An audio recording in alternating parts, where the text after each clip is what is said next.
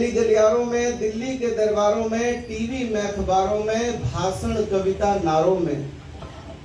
मैं बोलूंगा चाकू और त्रिशूलों पर, मैं बोलूंगा मंदिर मस्जिद की भूलों पर। भोली जनता है बलिहारी मजहब की, ऐसा ना हो मुल्क जला दे ये चिंगारी मजहब की, ऐसा ना हो।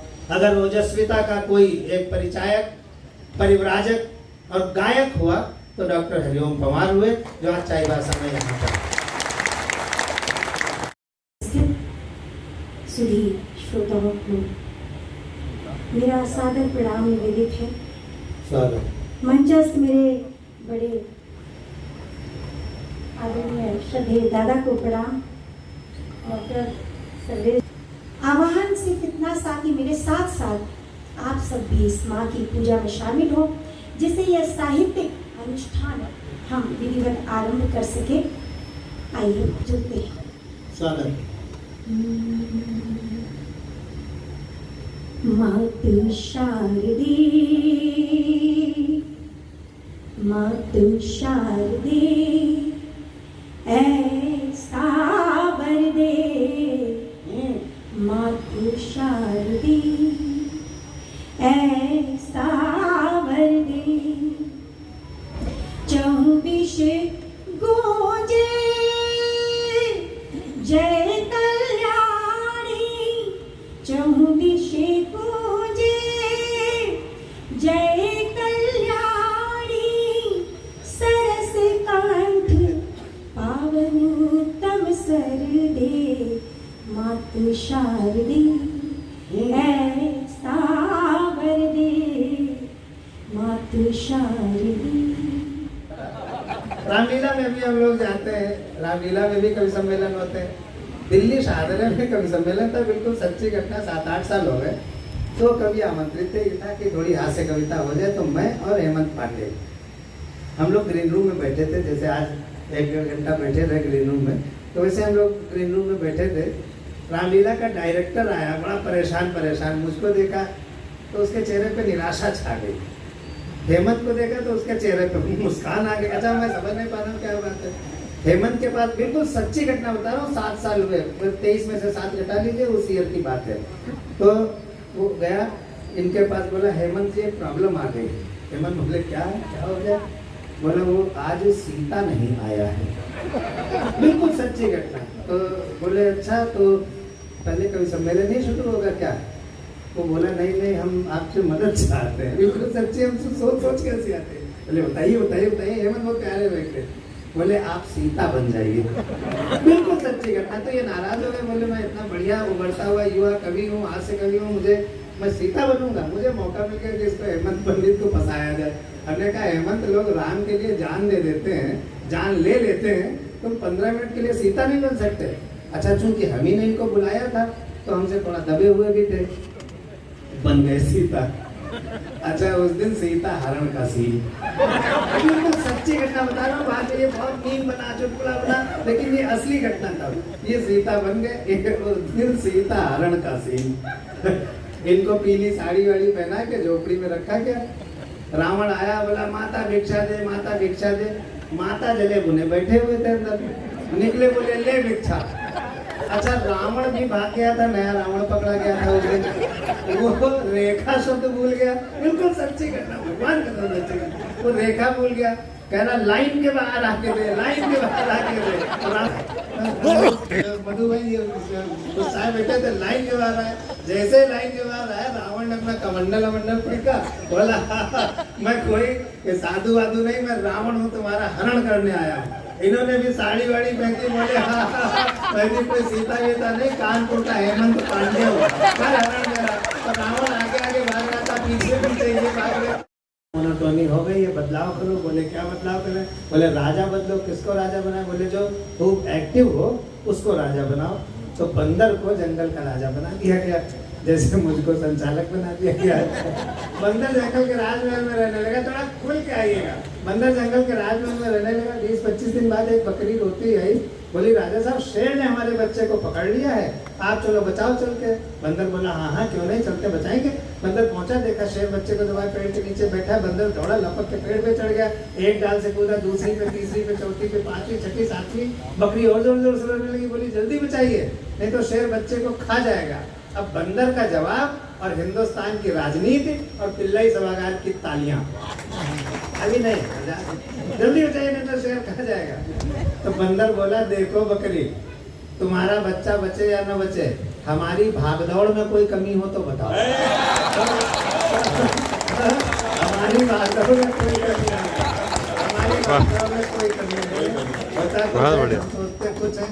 मैं एक कविता सुनाता हूँ, मेरे बारे में इन्होंने बताया कि 25 देशों में गए। आपके पास मान लेने के अलावा कोई ऑप्शन नहीं, ना तो आप हमारा पासपोर्ट चेक करेंगे, ना वीजा देखेंगे। हम कभी लोग इसी तरह खूब जाते हैं विदेश। ये हेमंत है लाफ्टर चैंपियन है, 10 देशों में हो आया है, ताली बजा दीजिए थोड़ी सी। भावना जी अभी थोड़ा कम समय हुआ है मंच पर, लेकिन 2 देश ये भी हो आई हैं, इनके लिए भी बजा दीजिए ताली। पवार जी बड़े कवि हैं, इन्होंने लगभग 40 देशों की यात्रा की है, एक बार जोरदार ताली बजाइए। हेमंत ने मेरे बारे में गलत बताया कि मैं 25 देशों में गया हूँ, मैं 47 देशों की यात्रा कर चुका हूँ, 47 देशों की। और 8वें देश में मेरा हवाई जहाज लैंड करने ही वाला था, सांसद महोदय, बस लैंड करने वाला था बन्ना भाई कि हेमंत ने हमको जगा दिया, बोले दादा उठो चाय बासा आ गया। चाय बासा आ गया। मैं एक प्रतिनिधि घटना सुनाता हूँ, मेरी प्रिंस कट दाढ़ी की चर्चा अक्सर होती है। मैं दाढ़ी मैंने कुछ दिन पहले रखी है, उससे पहले मैं क्लीन शेव था, हैंडसम तो मैं आज भी हूँ, नहीं भगवान कसम हुआ है, मैं अपने पर गर्व करता हूँ और सब लोग अपने पर गर्व करिए। मैं हैंडसम आदमी हूँ, लेकिन जब क्लीन शेव था तो मैं ब्यूटीफुल टाइप का हैंडसम था, बहुत ज़्यादा। लेकिन हम 10 भाई बहन हैं, 10 भाई बहन हैं। नहीं अरे बाप रे क्या कहने की जरूरत है, आप खुद 11 भाई बहन हैं। हम लोग उस जमाने के 10 भाई बहन हैं जब अंग्रेजों से लड़ना था, तब 10 भाई बहनों की जरूरत होती थी। आज एक होता है या अधिक से अधिक 2, क्योंकि आज बेरोजगारी से लड़ना है, गरीबी से लड़ना है, तो 10 भाई बहनों के साथ नहीं लड़ा जाता। सुल्तान साहब, तो मैं क्लीन शेव रहता था। हमारे पिताजी की समस्या मैडम ये थी कि मेरी शादी नहीं हो पा रही थी, 9 भाई बहनों की हो गई थी, कोई ससुर आता ही नहीं था, कोई नहीं आता, भगवान कसम सच के कोई आता ही नहीं था। अच्छा मैं लड़की भी नहीं था कि किसी के साथ भाग ही जाता, माँ बाप जहाँ बांधते वही बंधना पड़ता, कोई ससुर आता ही नहीं था। एक आया विमलेश जी, हमको देखा और चल दिया, बिल्कुल सच्ची घटना है। 15 साल पहले हमको देखा चल दिया। पिताजी ने कहा भाई साहब क्यों जा रहे हैं? बोला इससे कौन शादी करेगा, ये तो बच्चा है। मैं क्लीन शेव था, बड़ा क्यूट टाइप का लगता था, तो चल दिया। दूसरा तो मुझे बड़ी गुस्सा आई, बिल्कुल सच बताता, मैंने पूरी दाढ़ी रख ली। दूसरा है वो भी चल दिया। पिताजी ने कहा आप क्यों जा रहे हैं? बोला इससे कौन करेगा, ये तो गुंडा है। तब मैंने मध्य मार्ग अपनाया। फिर भी कोई प्रपोजल नहीं आया। एक दिन लखनऊ में कवि सम्मेलन था, आदरणीय पवार जी और हेमंत आमंत्रित थे। ये लोग दोपहर का खाना हमारे घर पे खाने के लिए बैठे थे। पिताजी मुंह लटकाए बैठे हुए, पवार जी बैठे, जो भी गंभीर ही रहते हैं पवार जी भी। पवार जी ने पूछा पिताजी से, भाई साहब आप इतना दुखी क्यों हैं? तो पिताजी, बिल्कुल सच्ची घटना, पिताजी बोले कि क्या बताएं पवार जी, किसी तरह सर्वेश की भी शादी हो जाती तो हम गंगा नहा लेते। अच्छा हमारे यहाँ उत्तर भारत में, चाहे बिहार हो, झारखंड हो, उत्तर प्रदेश हो, कोई अच्छा या बुरा काम जो कंप्लीट होता है तो गंगा नहाई जाती है। मैं ये नहीं समझ पा रहा था कि पिताजी मेरी शादी को अच्छा काम समझ रहे हैं कि बुरा काम समझ रहे हैं। तो हेमंत बेटा चुलबुला है, हेमंत ने कहा कि ताऊ जी ऐसा करो कि सर्वेश भैया का एक मैट्रिमोनियल विज्ञापन निकलवा दो, वैवाहिक विज्ञापन, हो सकता कोई पार्टी। हरिओम पवार जी इस कवि सम्मेलन को समाप्त करेंगे। मैं शुरू कर रहा हूँ तो मुझे बहुत हल्के में न लीजिएगा। मैं भी बहुत अच्छा कवि हूँ। अच्छा, ये बात मैं मानता हूँ, लेकिन थोड़ी देर बाद आप लोग भी मान जाओगे। अच्छा। मैं कानपुर से आया हूँ, अखबार के बड़े लोग बैठे हैं। मैं बहुत इज्जत करता हूँ पत्रकारों की, पिताजी के बाद। सबसे ज्यादा इज्जत करता हूं तो पत्रकारों की, क्योंकि जब से पत्रकारों ने हमारे उत्तर प्रदेश में 2 बड़े भाइयों का काउंटर किया है, एक आदरणीय अतीक अहमद जी, एक उनके भाई के, तब से मैं पत्रकारों को भी प्रणाम करता हूँ। एक बार ताली बजा दीजिए। भाई साहब आपको कैसा लग रहा है? वो फिर नीचे गिर गया। सामने बैठा था एक किसान, उसने कहा ये पत्रकार सबको निपटाते हैं, इस पत्रकार को हम निपटा के रहेंगे। भाई भाषा का किसान था। पत्रकार उसके पास गया, कहने लगा भाई साहब ये जो 2 बकरों के साथ बैठे हैं इनको क्या खिलाते पिलाते हैं? अब किसान तो कसम खाए था इसको निपटा के रहेंगे। किसान ने पूछा किसको? काले वाले को, सफेद वाले को? उसने कहा काले वाले को। बोला भाई साहब काले वाले को हम घास खिलाते हैं। उसने कहा सफेद वाले को? उसने कहा इसको भी घास खिलाते हैं। पत्रकार ने पूछा इसको बांधते कहाँ हैं? किसान ने फिर पूछा किसको? काले वाले को, सफेद वाले को? उसने कहा काले वाले को। बोला काले वाले को घर के बाहर झोपड़ी वही बांध देते हैं। उसने कहा सफेद वाले को? उसने कहा उसको भी वही बांधते हैं। पत्रकार ने पूछा कि जिसको भूख प्यास लगती तो क्या खिलाते पिलाते हैं? किसान ने फिर पूछा किसको? काले वाले, सफेद वाले? उसने कहा सर काले वाले को हम पानी पिलाते हैं। उसने कहा सफेद वाले को? उसने कहा इसको भी पानी पिलाते हैं। पत्रकार का गुस्सा 7वें आसमान पर, उसने किसान का गिरबान पकड़ लिया। उसने कहा साले, जब दोनों बकरे एक साथ एक ही काम कर रहे हैं, एक संपादक जी थे वो भी जागरण के, तो उन्होंने एक दिन खबर में छाप दिया देश के बड़े कवि डॉक्टर किंग हेमंत पांडे का निधन और हम जिंदा। तो हमने उनको फोन किया, हमने कहा भाई साहब क्या आपने खबर छाप दी? कह जाने यार ये गलती से हो जाती है, हम लोग भी इंसान हैं, कल भूल सुधार में छाप देंगे। तो भाई साहब ने अगले दिन भूल सुधार में छापा। जो कल की खबर आई थी हेमंत पांडे के निधन की, वो भूल बस छप गई है। हमें दुख है कि वो अभी तक जिंदा है। तो मैं बहुत प्रणाम करता हूँ साहब, एक बार ताली बजा दीजिए तो मैं खुश हो जाऊं। तो जिंदा है और बहुत लोग आए हैं, पति पत्नियां भी आई हैं, कई लोग। देखिए हाँ, अपनी पत्नियों को आप कभी सम्मेलन में ले जाइए सर, पिक्चर हॉल में ले जाइए, इनको कभी शॉपिंग मॉल लेके मत जाइए। जीवन भर आप पछताएंगे, मैं पछता रहा हूँ। पत्नी आपको लेके जाएगी, आपके लिए कपड़ा खरीदेगी, कोई कुछ खरीदेगी, फिर पूछेगी कैसा है। आप चाहे पत्रकार हों चाहे मंत्री हों, अगर पत्नी कह दे ये चीज कैसी है तो आप कसम खा के कहिए, आप कह सकते हैं खराब है तो आप कहेंगे बहुत अच्छी है। तो हमारी पत्नी को शॉपिंग मॉल में ले गई, उसने दुकान वाले बुलाया, तो उसने भैया ये रोज कभी सम्मेलन में रहते हैं, चलो उनको कपड़े दिला दें। तो उसने दुकान वाले बुलाया, उसने भाई साहब ये शर्ट कैसी है लाल वाली? तो उसने कहा अच्छी। तो हमको बुला के पूछा लाल वाली शर्ट कैसी है? अब हमारी हिम्मत है कि कहते खराब है, अब पत्नी की हाँ में तो हाँ मिलाना पड़ता है। तो हमने कहा लाल वाली बहुत अच्छी है। कहने की थोड़ी बड़ी है, तो हमने कहा थोड़ी बड़ी है। कहने की लेकिन बड़ी है तो आगे काम आएगी, तो हमने कहा काम आएगी। कहने की 2 ले ले, हमने कहा 2 ले लो। कहने की 2 ज्यादा हो जाएगी तो आगे काम आएगी, तो हमने कहा आगे काम आएगी। कहने नीली वाली बहुत अच्छी लग रही है, तो हमने कहा नीली वाली का जवाब नहीं। कहने की तुम्हारे ऊपर खिलेगी लेकिन लाल वाली, तो हमने कहा लाल वाली खिलेगी। कहने की ये भी 2 ले ले, हमने कहा ले लो। फिर कहने की पीली वाली कैसी है? हमने कहा इसका कोई जवाब नहीं। कहने की ये ले ले, हमने कहा ले लो। फिर अभी तो तुम लाल वाली कह रहे थे, तुमने कहा लाल वाली ले लो। कहने हरी वाली का कोई जवाब नहीं है, ये कैसी? हमने कहा बहुत अच्छी है। उसने दुकान वाले को बुलाया, उसने कहा भैया इनको हरी वाली पसंद है, पैक कर दो।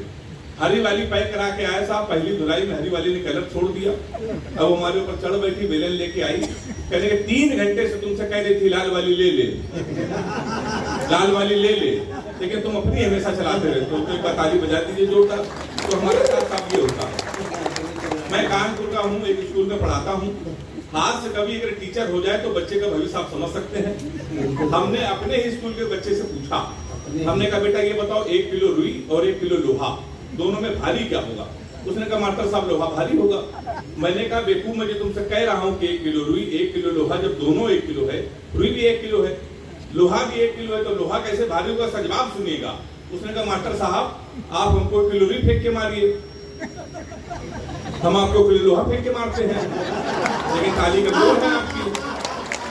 अब ठीक है, आप जान जाएंगे क्या भारी होगा। हमने दूसरा क्वेश्चन पूछा, हमने कहा हिंदुस्तान में सबसे तेज उड़ने वाले पंछी का क्या नाम है? उसने जवाब दिया हाथी। हमने खड़े हो जाओ, तुम्हारे बाप क्या करते हैं? उसने कहा योगी जी के बुलडोजर चलाते हैं। हमने कहा बैठ जाओ, हाथी सही जवाब। अच्छा है। वैसे बहुत होशियार होते हैं। मैं उसी कानपुर से आया हूँ। आप हिंदुस्तान में कहीं भी चले जाइए, कभी आप कानपुर आइएगा तो लगेगा इतना अद्भुत शहर पूरे विश्व में केवल कानपुर ही हो सकता है। आप कभी बनारस जाइए, रेलवे स्टेशन पर उतरिए, वहाँ लिखा रहता है बनारस का पान आपका स्वागत करता है। कभी आगरा जाइए, वहाँ उतरिए, वहाँ लिखा रहता है आगरा का पेठा आपका स्वागत करता है। हमारे कानपुर उतरिए, रेलवे स्टेशन पर लिखा रहता है रूपानी चप्पल आपका स्वागत करता है। मैं उसी कानपुर से आया हूँ साहब। इतने अद्भुत लोग आपको मिलेंगे। मैंने तो जीवन का सबसे बड़ा पाप ये किया सर, कानपुर वाले से एक बार टाइम पूछ ले, मेरी घड़ी खराब। मैं रेलवे स्टेशन पर उतरा, एक लड़का खड़ा था, वैसे अब टाइम क्या हो रहा, हमसे कह लगा ऐसा गुरु तुरंत यहाँ से निकल लो, टाइम बहुत खराब है। और हमारे मुंह बिल्कुल मत लगना तो तुम्हारा टाइम भी खराब हो जाएगा। तो हमने कहा टाइम ने बता दे, ये बता दे तेरा मूड क्यों खराब है। उसने भाई साहब एक लड़की इसको हमने इतना कहा कि बड़ी कमजोर है, कुछ खाया कर। वो हमारा 50,000 रुपए खा गई। 2 साले हमारे मुंह लगे हुए हो, हमारे मुंह बिल्कुल मन लगना बहुत भरे बैठे। तुमने कैसा क्या हो गया? कह हमारे यहाँ नगर निगम को चुनाव चल रहा है। भाई साहब एक लड़की को 5 साल से चाहते थे, हम समझते थे हमसे प्यार करती है, हम इससे प्यार करते हैं। उसको दुनिया की सबसे मर्यादित, सबसे संस्कारित लड़की समझते हैं। तुमको कुछ नहीं, हमारा नगर निगम का चुनाव चल रहा है, उसको मिल गई है पार्षद की टिकट। पूरे शहर में होल्डिंग लगी है, युवा दिलों की धड़कन पुष्पा पाल। तुम साले हमसे टाइम पूछ रहे हो। लोग तो नारा लगा रहे हैं, मोहर मारो कान के पुष्पा को पहचान के। कल एक लड़का कान में नारा लगा रहा था, इस बार हाथ उठा के ताली बजाना, लैया बड़ी करारी है, पुष्पा पाल हमारी है। तो भाई साहब हमारा उत्तर प्रदेश इतना आपको अद्भुत मिलेगा। का ख्याल आया, इसलिए उन्होंने हमारा वैवाहिक विज्ञापन निकलवाया। लेकिन अखबार ने मेरे बारे में पता नहीं क्या नापा, मेरा वर्णन खरीद बिक्री वाले कॉलम में छापा। हाँ, थोड़ा थोड़ा हमें खुल के सहयोग चाहिए होता है। जब लोग मुस्कुराते हैं तो मुझे अच्छा लगता है, जब मुझे अच्छा लगता है, मेरा नाम सर्वेश है, जब सर्वेश को अच्छा लगता है तो पूरी सृष्टि में खुशहाली देता है। पिताजी ने हमारी शादी की, तो मैं अपनी तारीफ खुद ही कर लेता हूँ, आप लोग तो करते नहीं। पिताजी को हमारी शादी का ख्याल आया, इसलिए उन्होंने हमारा वैवाहिक विज्ञापन निकलवाया। लेकिन अखबार ने मेरे बारे में पता नहीं क्या नापा, मेरा वर्णन खरीद बिक्री वाले कॉलम में छापा। शायद अखबार मेरे अस्तित्व के मामले में कुछ धोखा खा गया। संपादक जी सुनना, शायद अखबार मेरे अस्तित्व के मामले में कुछ धोखा खा गया, इसीलिए तो मेरा वर्णन निविदा सूचना के बिकाऊ माल में आ गया। निविदा सूचना को हिंदी में टेंडर नोटिस कहते हैं। हिंदी में हाँ, जो शब्द समझ में आ जाए वही हिंदी। निविदा सूचना आधे नहीं समझ पाए थे, टेंडर नोटिस सब समझ गए। तो मैं यही कहता हूँ हिंदी वालों से कि दूसरी भाषाओं के शब्दों को लीजिए, तभी हिंदी विश्वव्यापक भाषा बनेगी। अंग्रेजी भाषा ने सभी भाषाओं के शब्दों को लिया है। उसने हमारे 353 या 653 शब्द लिए हैं अंग्रेजी में। मैं उस पर डिटेल में नहीं जाऊंगा क्योंकि पवार जी तक पहुंचना। अखबार ने मेरे बारे में पता नहीं क्या नापा, मेरा वर्णन खरीद बिक्री वाले कलम में छापा। शायद अखबार मेरे अस्तित्व के मामले में कुछ धोखा खा गया, इसीलिए तो मेरा वर्णन निविदा सूचना के बिकाऊ माल में आ गया। अब मुझे खरीदने के लिए निविदाएं आने लगी। टेंडर्स आ रहे हैं, आपकी मुस्कान आमंत्रित करता हूँ। अब मुझे खरीदने के लिए निविदाएं आने लगी, अपने अपने जोर आजमाने लगी। एक में था माल कितना पुराना, थोड़ा और मुकर लगेगा। एक में रास्ते पर उनको रास्ते में तेज बाढ़ का पानी मिला, दोनों देख के डर गए। पिता ने हिम्मत करके कहा कि बेटी डरो मत, तुम मेरा हाथ पकड़ लो, हम बाढ़ के पानी से पार निकलेंगे। बेटी ने कहा पापा मैं आपका हाथ नहीं पकड़ूंगी, आप मेरा हाथ पकड़ लो। पिता ने कहा क्या फर्क पड़ता है, तुमने मेरा हाथ पकड़ा कि मैंने तुम्हारा हाथ पकड़ा, अब समझ जाओ तो ताली उठाना। बेटी ने कहा पापा मैं आपका हाथ नहीं पकड़ूंगी, आप मेरा हाथ पकड़ लो। पिता ने कहा फर्क क्या पड़ा? बेटी ने कहा पापा बहुत फर्क पड़ता है, बहुत फर्क पड़ता है। मैं किसी मजबूरी में, विवशता में, अपने स्वार्थ में आपका हाथ छोड़ भी सकती हूँ, लेकिन एक बाप अपनी बेटी का हाथ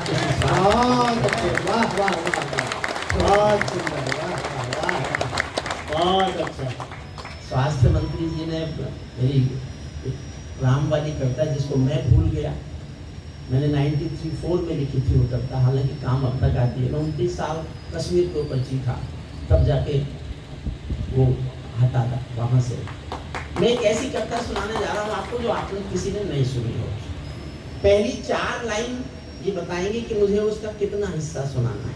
ठीक, चौथी पंक्ति में कविता का शीर्षक है। उसका शीर्षक सुनकर अगर 10% लोगों ने ताली बजाई तो कविता का 10% हिस्सा सुनाऊंगा, आधे लोगों ने ताली बजा दी तो आधी कविता सुनाऊंगा। और एक दरवाजा बंद कर लो, ऐसे हो। पैरों में अंगारे बांधे, सीने में तूफान भरे, थोड़ा सा पढ़ा के छोड़ दो, बहुत बढ़िया साउंड सिस्टम है। अब मेरे साथ जब तक आप चाहें सुनाएंगे। मैं तो पहली बार ही चाईबासा आया हूँ। चाईबासा में मैं कब उसने मेरी बहन ने कहा कि you hope that we are doing justice, you have not established the court of justice. Indian constitution has established the court of law, not court of justice. Court of law decide the case, it may be justice, इसमें बिल्कुल सही बात है। न्याय है कि नहीं हम नहीं जानते। आपने न्याय की अदालतें बनाई ही नहीं, कानून की अदालतें बनाई। कानून की अदालतें फैसला देती है, न्याय नहीं देती। वाह, आप इस कविता का कितना हिस्सा सुनेंगे। चौथी लाइन शीर्षक है, स्वागत। पैरों में अंगारे बांधे सीने में तूफान भरे, पैरों में अंगारे बांधे सीने में तूफान भरे, आंखों में दो सागर आंजे कई हिमालय शीश धरे। मैं धरती के आंसू का संतरास नहीं तो क्या गाऊं, मैं धरती के आंसू का संतरास नहीं तो क्या गाऊं, खूनी तालिबानों का इतिहास नहीं तो क्या गाऊं। तालिबान सुनेंगे? बिल्कुल। अगर तालिबान सुनना चाहते हो तो एक बार जोरदार तालियां बजाओ। मुझे विश्वास नहीं था, इतना दूर दराज का क्षेत्र है और मैं यहाँ आया था, मुझे तो इस पर आश्चर्य हुआ। जी का बैठ जाओ, अब खड़े मत होना। पैरों में अंगारे बांधे सीने में तूफान भरे, आंखों में दो सागर आंधे कई हिमालय शीश धरे।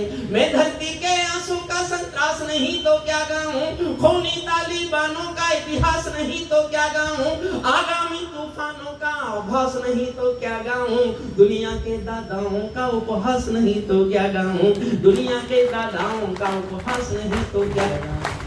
मैंने तुम्हारी कविताओं पर तालियां बजाई थी और चुप बैठे तीनों चुप बैठे। अच्छा तुम फिर भी चुप रहना, मैं आत्मनिर्भर हूँ। सुनना मन से, मैं ऐसे सही बात है। हंसी मेरा उद्देश्य नहीं है, मैं हंसाना भी नहीं जानता, लेकिन मैं इनके प्रभाव से आपको बाहर ला रहा हूँ, क्योंकि वरना तो अभी आप बिक्री नहीं होंगे। इसने तो अपने को बेच ही दिया ना आज कबाड़े में। निविदा सूचना, अरे वाह, निविदा का माल देखो ध्यान से। ये कभी आगामी तूफास नहीं तो क्या गाऊं, दुनिया के दादाओं का उपहास नहीं तो क्या गाऊं। नई सदी परमाणु बम के गहने पहने बैठी है, नई सदी परमाणु बम के गहने पहने बैठी है, घायल धरती मां अंबर से पीड़ा कहने बैठी है, पुरवैया बम बंदूकों का जहर उगलते देखी है, विस्फोटों की गर्म हवा से नदी उबलते देखी है, नदी समंदर घाटी पर्वत झरने सब बेनूर मिले, कुदरत की सुंदरता के आभूषण चकनाचूर मिले, कुदरत की सुंदरता के आभूषण चकनाचूर मिले। मैं मेहंदी पायल कंगन के गीत नहीं गाने वाला, आग छोड़कर चंदन बन के गीत नहीं गाने वाला, मैं उगते सूरज की लाली गाने वाला चारण हूँ, धरती पर मानवता के अधिकारों का उच्चारण हूँ, अंधियारों में शब्द किरण का उजियारा गाता हूँ मैं, धरती पर आतंकवाद का निपटारा गाता हूँ मैं, धरती पर आतंकवाद का निपटारा गाता हूँ मैं। मेरी कलम कामना गाती है जग की खुशहाली की, लेकिन दिल में आग भरी है दुनिया की बदहाली की। कितना अधोपतन देखूंगा सत्ता के व्याकरणों में, गांधी लिंकन बुद्ध पड़े हैं चरमपंथ के चरणों में। और दो पंक्तियां ऊपर नीचे सबसे तालियां चाहते हैं सुनना। कितना अधोपतन देखूंगा सत्ता के व्याकरणों में, गांधी लिंकन बुद्ध पड़े हैं चरमपंथ के चरणों में, मुझको ये पूरी दुनिया लाचार दिखाई देती है, चीर हरण के चौसर का दरबार दिखाई देती है, चीर हरण के चौसर का दरबार दिखाई देती है, गंधारी की धरती पर भूचाल दिखाई देता है, अफगानों का हुजूर किसकी तलाश में, आप किसकी तलाश में, भूचाल दिखाई देता है, अफगानों का जनजीवन बदहाल दिखाई देता है, तोप तमंचों से घायल परिवेश दिखाई देता है, खूनी बाजों के पंजों में देश दिखाई देता है, यूएनओ में दुनिया का विश्वास टूटते देखा है, हथियारों के बल पर कोई देश लूटते देखा है, हथियारों के बल पर कोई लूटते देखा है, बार बार ये काबुल में जो पाप दिखाई देता है। इतिहास कभी कभी एक कहावत है, ये मुझे नहीं पता सच है कि झूठ, लेकिन हमने सुनते हुए अपने बुजुर्गों को सुना है हमने कि बुजुर्ग ऐसा कहते हैं, आपने भी सुना हो तो मेरा समर्थन करना जी भर के। बार बार जो काबुल में ये पाप दिखाई देता है, शायद हमको गंधारी का शाप दिखाई देता है, शायद हमको गंधारी का शाप दिखाई देता है। मैं सूरज के साम्राज्य से आंख मिलाने वाला हूँ। अब देखना मैं कितनी ऊंची फेंकता हूँ। आप समझते मोदी जी फेंकते हैं, मैं उनसे भी ऊंची फेंकने जा रहा हूँ। मैं परसों बम्बई पढ़ रहा, किसी ने किसी से कमाल की आंख मिलाने वाला हूँ, धरती के हर दादा का मैं ताज हिलाने वाला हूँ। आसमान की लाली मेरे शब्दों की चिंगारी है, मेरी पूरी दुनिया से टकराने की तैयारी है। मैं शब्दों की ज्वाल हूँ, वर्तमान को गाऊंगा। जिस दिन मेरी आग बुझेगी मैं उस दिन मर जाऊंगा, जिस दिन मेरी आग बुझेगी मैं उस दिन मर जाऊंगा। दुनिया वालों आने वाला समय तुम्हें धिक्कार। पूरी दुनिया से विद्रोह किया मैंने जीवन भर विद्रोह की कविताएं लिखी, जीवन भर। मैं आज भी पूरी दुनिया से विद्रोह कर रहा हूँ, सुनना। दुनिया वालों आने वाला समय तुम्हें धिक्कारेगा, दुनिया वालों आने वाला समय तुम्हें धिक्कारेगा। महाशक्तियों की चुप्पी पर थूकेगा, धिक्कारेगा।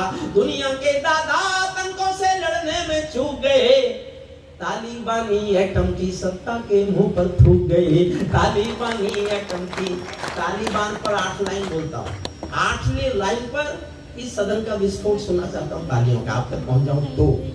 तालिबानी एटम की सत्ता के मुंह पर थूक गए, तालिबानी आतंकों की शैली गढ़ने वाले हैं, तालिबानी बर्बरता की सीढ़ी चढ़ने वाले हैं, तालिबानी यादों में लादेन छिपा कर बैठे हैं, अपनी आंखों में पिंडी के नैन छिपा कर बैठे हैं। ये भारत के यान हरण की दर्द भरी दुर्घटना है, काबुल के दूतावासों में विस्फोटों की घटना है। इनके कारण हम जेलों से कातिल छोड़े बैठे हैं। ये गौतम बुद्धा की प्रतिमा बम से तोड़े बैठे हैं, ये गौतम बुद्धा की प्रतिमा बम से तोड़े बैठे हैं। तालिबानों की बेशर्मी शर्म पड़ी पानी पानी, दहशतगर्दों के कोड़ों से पिटती है दादी नानी, दहशतगर्दों के कोड़ों से पिटती। 800 साल पुराना पाषाण युग एक देश में आ गया। लड़की पढ़ेगी नहीं, स्कूल नहीं जाएगी, व्यापार नहीं करेगी, बाजार नहीं जाएगी, दुकान नहीं चलाएगी। एक मुल्क में 800 साल पुराना पाषाण युग और पूरी दुनिया मौन। इस विद्रोह पर बोलता हूँ, 2 पंक्तियां सुनना मन से। तालिबानों की बेशर्मी शर्म पड़ी पानी पानी, दहशतगर्दों के कोड़ों से पिटती है दादी नानी। उनको कोई फर्क नहीं है उनके जीने मरने की, उनको कोई फर्क नहीं है उनके जीने मरने की। औरत केवल काया भर है बच्चे पैदा करने की, औरत केवल काया भर है बच्चे पैदा करने की। इनका दामन 7 समंदर साफ नहीं कर सकते हैं, अल्लाह भी इनके पापों को माफ नहीं कर सकते हैं। काबुल के हर चौराहे पर चीख सुनाई देती है, हर अफगानी सीने पर बंदूक दिखाई देती है।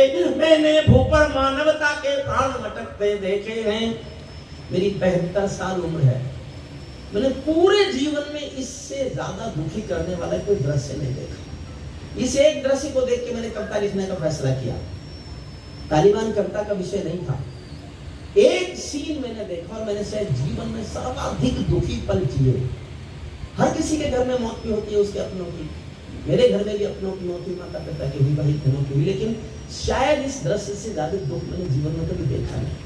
उस पंक्ति को पकड़ लो तो मुझे बताना कि आप मेरी संवेदनशीलता के साथ मेरे साथ साथ चल रहे हो। काबुल के हर चौराहे पर चीख सुनाई देती है, हर अफगानी सीने पर बंदूक दिखाई देती है। मैंने भूपर मानवता के प्राण भटकते देखे हैं, मैंने भूपर मानवता के प्राण भटकते देखे हैं। जब यानों के पहियों से भी लोग लटकते देखे हैं, जब यानों के पहियों से भी लोग लटकते। तालिबानी जिनके अब्बा आका तुम थे अमेरिका, छोटी करता हूँ और दुनिया के सबसे बड़े दादा के खिलाफ बोल रहा हूँ, मेरा साथ देना बस। तालिबानी जिनके अब्बा आका तुम थे अमेरिका, इनको रूस से लड़वाने के खाका तुम थे अमेरिका। इनकी ट्रेनिंग इनका पोषण भूल गए क्या अमेरिका, अपनी खुदगर्जी में शोषण भूल गए क्या अपने पाले सांपों के ही डंक मिले हैं अमेरिका, अपने पाले अपने पापों के ही डंक मिले हैं अमेरिका, अपने पाले सांपों के ही डंक मिले हैं अमेरिका। आतंकों के साए को तुम हाथ हिलाकर चले गए, जिनका तुमने अंत लिखा था उन्हें जिलाकर चले गए। भोले भाले अफगानों का हृदय तोड़कर चले गए, जहरीले सांपों के घर में दूध छोड़कर चले गए। जिस दिन काबुल से अमेरिकी हाथ छूटते देख लिया, हमने दुनिया के दादा का दम टूटते देख लिया, हमने दुनिया के दादा का दम टूटते देख लिया। मैं दुनिया को समझाता हूँ अमेरिका की चतुराई, दोहा में ही लिख डाली थी समझौते की चौपाई। और 2 लाइन फिर आपका प्यार मांगते हैं, तालियां मांगते हैं, जी भरकर सुनो। हमें दुनिया को समझाता हूँ अमेरिका की चतुराई, दोहा में ही लिख बैठे थे समझौते की चौपाई। ये समझौता नहीं समर्पण कर बैठे हो अमेरिका, अपनी महाशक्ति का तर्पण कर बैठे हो अमेरिका, अपनी महाशक्ति का तर्पण कर बैठे हो अमेरिका। क्या अमेरिका यूं ही अपने रिश्ते नाते तोड़ गया, अपने हथियारों को हेलीकॉप्टरों को छोड़ गया? सच तो ये है अमेरिका ने बहुत दोगला बेच दिया, भोले भाले अफगानों को तालिबान को बेच दिया, भोले भाले अफगानों को तालिबान को बेच दिया।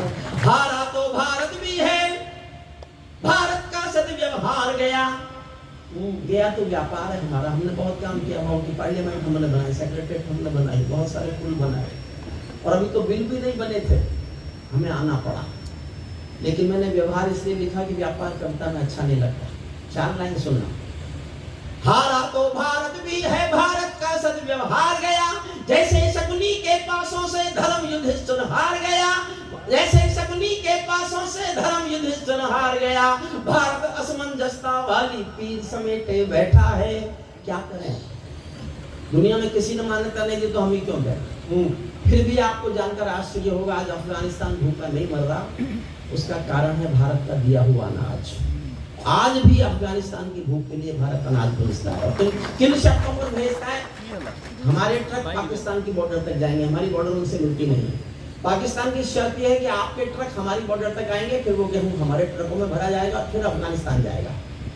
वो आधे आगे भेजता है, आधा चुरा लेता है। भारत जानता है, लेकिन इसलिए चुप है कि कम से कम उस अनाज से भूखा पाकिस्तान रोटी तो खाता है, रोटी तो खाता है। 4 लाइन भारत की स्थिति समझना। हारा तो भारत भी है, भारत का सदव्यवहार गया, जैसे शकुनी के पासों से धर्म युधिष्ठिर हार गया। भारत असमंजसता वाली पीर समेटे बैठा है, जैसे माधव पंचाली का चीर समेटे बैठा है। जैसे मैंने साहब यहीं तक कविता लिखी थी, लगभग तालिबान पर यहीं तक कविता थी। तो जी भर के जोश में, और समर्थन नहीं करो तो चुप रहेगा, मैं आपकी राय का सम्मान करूंगा। भारत ने हर समझौते का आदी बनना छोड़ दिया, भारत ने हर समझौते का आदी बनना छोड़ दिया।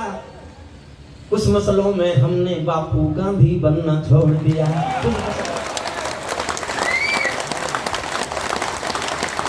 पड़ेगा कुछ मसलों में, कुछ मसलों में पकड़ नहीं सकते, कुछ मसलों में। भारत ने हर समझौते का आदी बनना छोड़ दिया, कुछ मसलों में हमने बापू गांधी बनना छोड़ दिया। नई सदी का भारत है ये 62 वाला दौर नहीं, हम भी दुनिया के दादा हैं, दिल्ली है लाहौर नहीं। हमने अपने संविधान से 370 मिटा दिया, नेहरू जी ने डाला था जो सांप गले से हटा दिया।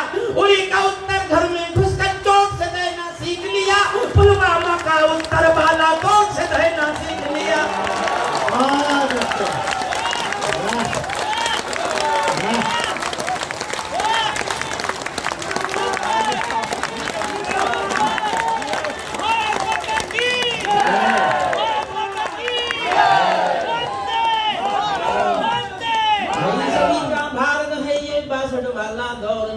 हम भी दुनिया के दादा हैं, दिल्ली है लाहौर नहीं।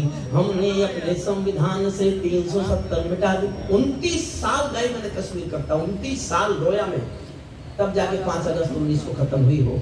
और जब मेरी कविता खत्म हो रही थी, पार्लियामेंट में बिल पास हो रहा था, बिहार के कोई सांसद महोदय हैं जायसवाल साहब, वो मेरी कविता सुना रहे थे पार्लियामेंट। मुझे किसी ने लिख भेजी। भारत ने हर समझौते का आदी बनना छोड़ दिया, कुछ मसलों में हमने बापू गांधी बनना छोड़ दिया। नई सदी का भारत है ये 62 वाला दौर नहीं, हम भी दुनिया के दादा हैं, दिल्ली है लाहौर नहीं। हमने अपने संविधान से 370 मिटा दिया, नेहरू जी ने डाला था जो सांप गले से हटा दिया। उरी का उत्तर घर में घुसकर चौक से कहना सीख लिया, पुलवामा का उत्तर बालाकोट से कहना सीख लिया। रावलपिंडी के दिल में जब खोट दिखाई देता है, उनको सपनों में भी बालाकोट दिखाई देता है, उनको सपनों में भी बालाकोट। और बांधो अपने घर में नाचो कूदो खेल करो, ताली बांधो अपने घर में नाचो कूदो खेल करो, ताली बांधो अपने घर में नाचो। प्लीज बैठ जाइए, प्लीज वहीं बैठिए जहां से उठे। ये कोई पार्लियामेंट है जिसका मन करेगा उठ के चलेगा? जो करना वही करो। जाती रही भावना जैसी, प्रभु मूर्त देखी तुझे। ताली बांधो अपने। इस समय समूचे देश की तरफ से मैं दुनिया से बात कर रहा हूँ, ये मत समझना मैं किसी का समर्थन कर रहा हूँ, जी दादा। तब मुझे एंजॉय करेंगे आप। ताली बांधो अपने घर में नाचो कूदो खेल करो, जिससे चाहो जंग करो तुम, जिससे चाहो मेल करो, लेकिन मेरे कश्मीर के सपन देखना बंद करो, लेकिन मेरे कश्मीर के सपन देखना बंद करो। पाकिस्तानी गरम तवे पर हाथ सेकना बंद करो, पाकिस्तानी गरम तवे पर हाथ सेकना बंद करो। ऐसा मैंने आपको कुर्सियों से नहीं उछाला तो मैं गायिका हरिओम पवार, मैं कुर्सियों से उछालूंगा भी आप। ताली बांधो अपने घर में नाचो कूदो खेल करो, ताली बांधो अपने घर में नाचो कूदो खेल करो, जिससे चाहो जंग करो तुम, जिससे चाहो मेल करो, लेकिन मेरे कश्मीर के सपन देखना बंद करो। पाकिस्तानी गरम तवे पर हाथ सेकना बंद करो। पाकिस्तानी अब्बा चाचा, तालिबानी अब्बा चाचा जो भारत में आएंगे, तालिबानी अब्बा चाचा जो भारत में आएंगे, ओसामा की तरह कफन के दिन दफनाए जाएंगे, ओसामा की तरह, ओसामा की तरह कफन के दिन दफनाए जाएंगे। हम घाटी में आतंकी अभियान कुचल कर रख देंगे, कोयल के घर कौओं का मान कुचल कर रख देंगे, जो घुसपैठी घाटी में बारूदी गर्म हवा देंगे, हम उनको जन्नत की 70 हूरों से मिलवा देंगे, हम उनको जन्नत की 70 हूरों से मिलवा देंगे। चंद किराए के ये गुंडे, भारत बोल रहा है, चंद किराए के ये गुंडे और तमंचे पिंडी के सौदागर बनकर बैठे हैं आतंकों की मंडी के। पहले इनको संविधान की परिभाषा में समझा दो, पहले इनको संविधान की परिभाषा में समझा दो, ना समझे तो फिर बुलडोजर की भाषा में समझा दो, ना समझे तो फिर बुलडोजर की भाषा में समझा दो।